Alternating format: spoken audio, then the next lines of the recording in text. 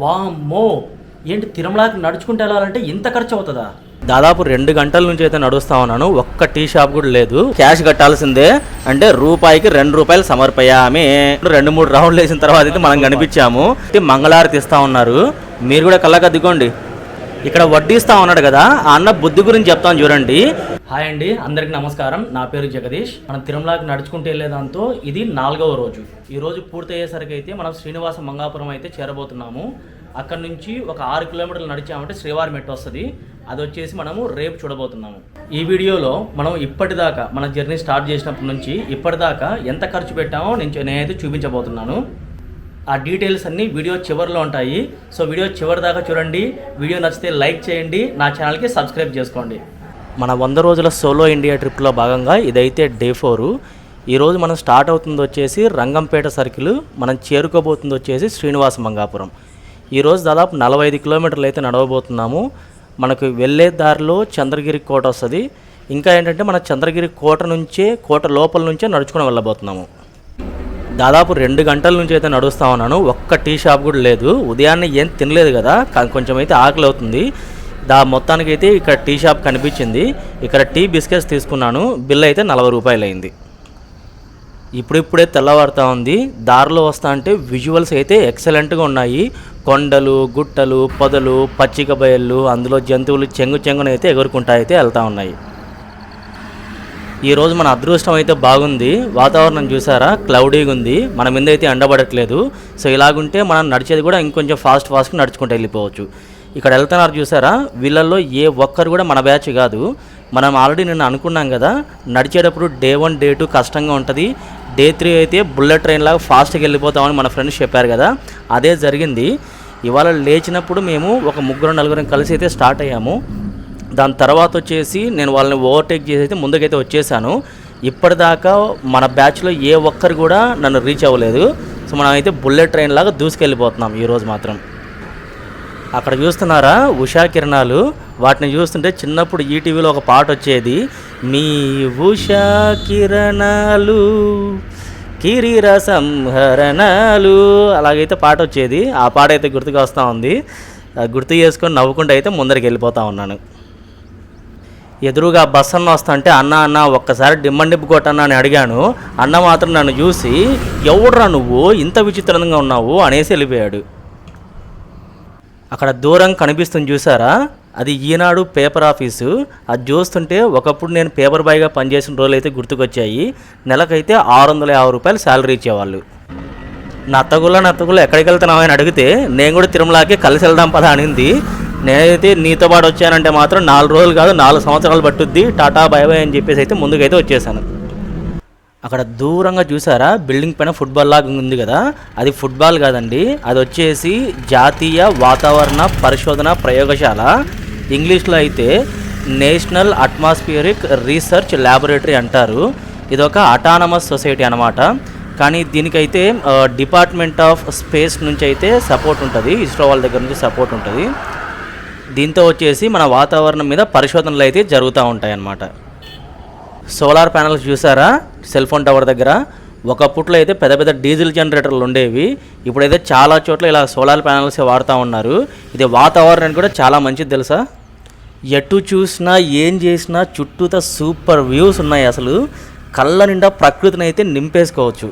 మీరు కూడా చూసి ఎంజాయ్ చేయండి.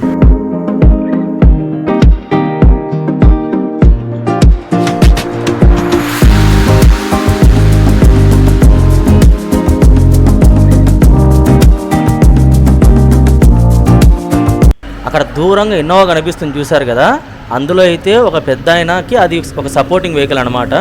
అందులో అయితే డ్రైవర్ ఉన్నాడు, వాళ్ళకి కావాల్సిన సపోర్ట్ ఎక్విప్మెంట్ అని దాంతో పెట్టుకునేసి డ్రైవర్ అయితే వస్తూ ఉన్నాడు.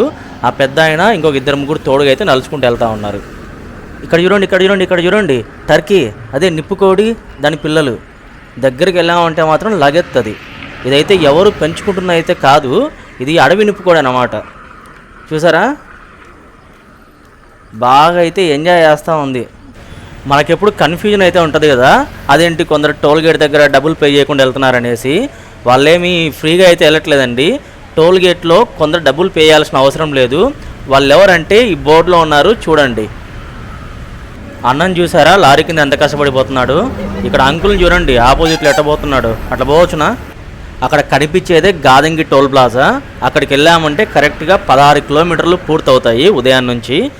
ఈరోజు వచ్చేసి మనం ఉదయం 2 గంటలకు లేచాము, 1 గంటకు లేలేకపోయాము. ఎందుకంటే ముందు రోజు రాత్రి బాగా లేట్ అయిపోయింది కాబట్టి 2కి లేచి రెడీ అయిపోయేసి 3 గంటలకు అయితే నడవడం స్టార్ట్ చేశాము. ఇప్పుడు టైం అయితే 7:30 అవుతుంది. అంటే 4:30 గంటలో 16 కిలోమీటర్లు అయితే కవర్ చేసాం. ఇది చాలా బెటర్ అనే చెప్పుకోవాలి. ఇక్కడ ఈ అన్నం చూసారా, ఫాస్టాగ్లో డబ్బులు లేవు, క్యాష్ కట్టాల్సిందే. అంటే రూపాయికి 2 రూపాయలు సమర్పయామే. ఇదిగో మిల్లిపేడ.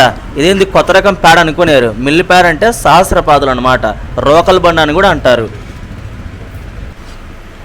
ఆకలి దంచేస్తుంది. అన్న అయితే కరెక్ట్ టైంకి అయితే వచ్చాడు బ్రేక్ఫాస్ట్ తీసుకొని. మనం కనిపించలేదు అన్నకి, పాపం ఎత్తుక్కుంటూ 2-3 రౌండ్లు వేసిన తర్వాత అయితే మనం కనిపించాము. చూద్దాం రండి ఏముందో. ఇక్కడ ప్లేట్ పట్టుకొని వచ్చి అయితే ఇక్కడ కింద కూర్చున్నాను.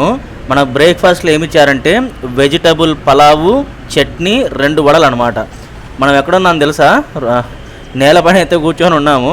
మన సామాన్లు ఇవంతా ఇక్కడ చూసారంటే ఇదొక హోటల్ ఆవరణ అనమాట. ఈ హోటల్ పేరు వచ్చేసి హోటల్ సప్తగిరి. హైవే కానుకొనే ఉంటుంది. ఇది వచ్చేసి జస్ట్ టోల్ గేట్ దాటిన తర్వాత 1/2 కిలోమీటర్కి అయితే ఇది వస్తుంది అనమాట. కూర్చునేకంత ప్లేస్ అయితే చాలా బాగుంది.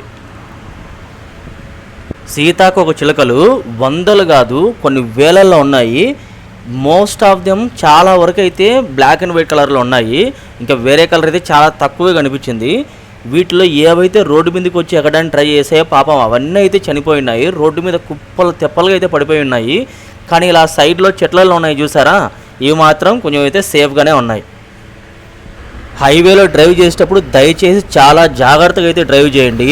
ఒక చిన్న మిస్టేక్ చాలు జీవితాలు తల్లకిందులు అయిపోతాయి. స్పీడ్ లిమిట్ దాటి దయచేసి ఎప్పుడు అయితే వెళ్ళకండి. కార్ దేముంది, మనం పెడల్ దొక్కామంటే ఎంత స్పీడ్ అయినా వెళ్తుంది.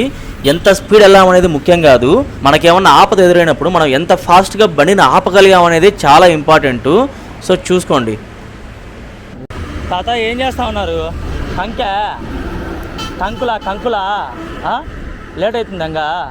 లేట్ అవుతుందా? ఎంత ఒకటి?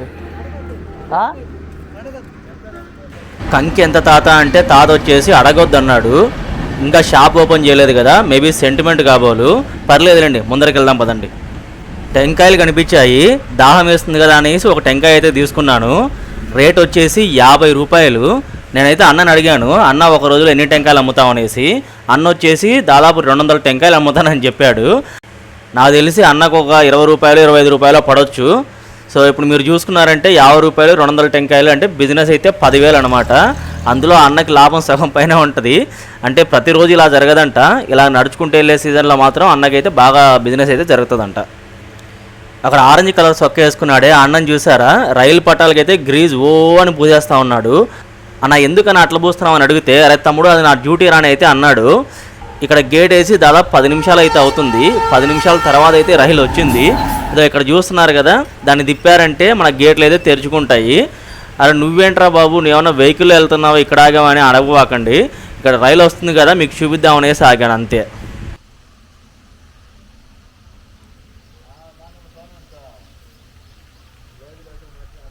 దూరం నుంచి చూసి ఇంకో ఈనాడు ఆఫీస్ అని అనుకున్నాను, కానీ దగ్గరకు వచ్చి చూస్తే అర్థమైంది ఇది ఈనాడు ఆఫీస్ కాదు, ఇది వచ్చేసి నారాయణ ఇంటర్ కాలేజ్ అనమాట. ఇప్పుడే చంద్రగిరి కోట దగ్గరికి వస్తూ ఉన్నాము. ఇక్కడ చూసామంటే చంద్రగిరి కోట కనిపిస్తుంది.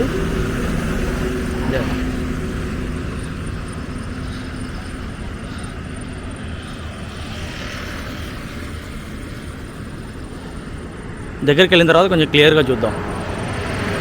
డబల్ డెక్కర్ బస్ ఆట ఆడుకుంటూ మళ్ళీ 2 మిల్లిపేడలు అయితే కనిపించాయి. ఆగండి రోయ్, నేను కూడా వస్తున్నాను, నేను కూడా జాయిన్ అవుతాను అనేసి ఇదైతే పరిగెత్తా ఉంది దాని వెనకాల. కాళ్ళు నొప్పిస్తున్నాయి కదా, కొద్దిసేపు ఫుట్పాత్ మీద కూర్చుందాం అనుకున్నాను. ఇక్కడ చూడండి ఎర్రచీమలు ఎలాగున్నాయో, జస్ట్ మిస్, లేదంటే దెబ్బడి అయిపోయేది ఇవాళ.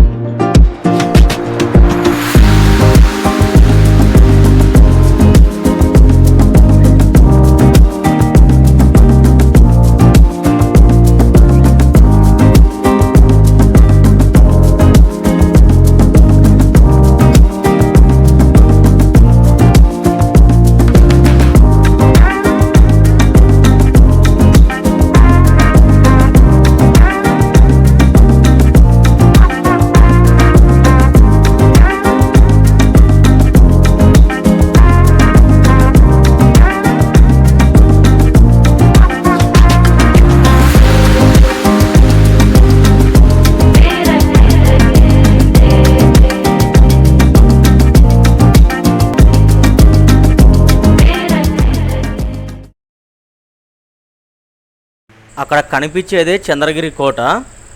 ఇప్పటికైతే దాదాపు 38 కిలోమీటర్ల పైన నడిచాము. ఇంకొక 7.5 కిలోమీటర్ పైన మనం నడవాల్సి ఉంటుంది. సో మొత్తం కలిపితే అప్రాక్సిమేట్లీ 45 కిలోమీటర్లు అయితే మనం నడవాల్సి ఉంటుంది ఈరోజు పూర్తిగా. ఇప్పుడు టైం వచ్చేసి 6:45 అవుతుంది. సో ఆల్రెడీ కోట అయితే క్లోజ్ అయిపోయింది. మనం ఏమైనా కొంచెం త్వరగా వచ్చిందంటే కోట లోపలికి కూడా వెళ్ళేసి చూసే అవకాశం అయితే ఉండే. ఒకవేళ మీరు చూడాలనుకుంటే ఫోర్ట్ టైమింగ్స్ వచ్చేసి 9 గంటల నుంచి 5 గంటల వరకు అయితే ఉంటాయి. టికెట్ కూడా ఉంటుంది, కానీ పెద్ద అమౌంట్ అయితే కాదు. నేను ఆల్రెడీ ఒకసారి వెళ్ళి చూస్తున్నాను, చాలా బాగుండింది. మీరు కూడా వెళ్ళి చూడాలనుకుంటే వెళ్ళి చూడండి, చాలా బాగుంటుంది. ఏంటి ఇంత ఉప్పు, ఇంత మసాలా, ఇంత జీలకర్ర పొడి, తర్వాత చల్ల నీళ్ళు తీసుకొని గ్యాస్ బాగా పట్టించేసి సలసల పోయేసామంటే సోడా అయితే సూపర్గా వచ్చేసింది.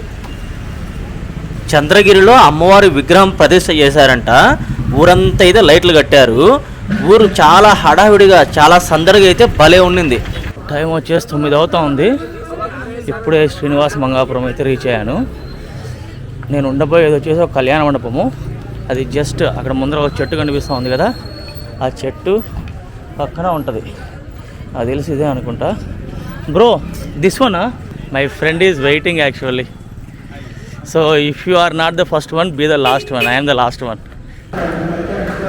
గోవింద గోవింద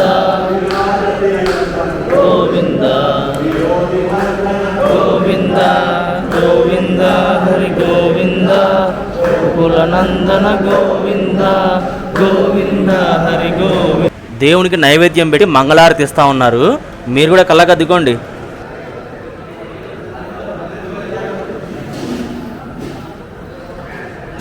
ఇక్కడ కనిపిస్తూ ఉన్నారు కదా, వీళ్ళే మనకు వంట వండిన టీము.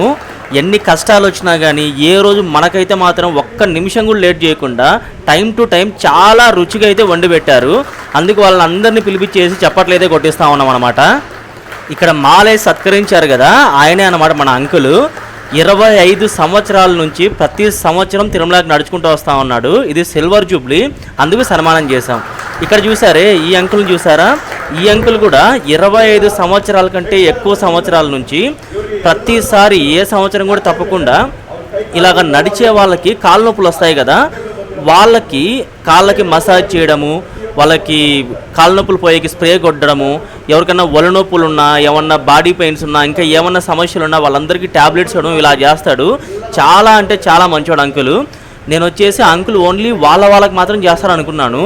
కాదు, ఎవరైనా సరే ఏ టైంలో అయినా సరే అంకుల్ దగ్గరికి వెళ్ళేసి అంకుల్ నాకు కాళ్ళ నొప్పులు ఉన్నాయంటే అడుగుతారన్నమాట నీట్గా, ఎక్కడ నొప్పిస్తూ ఉంది అనేసి మొత్తం డీటెయిల్స్ అని తెలుసుకొని ఆ నొప్పి పోవాలంటే ఎలా మసాజ్ చేయాలో అలాగా చేస్తాడు.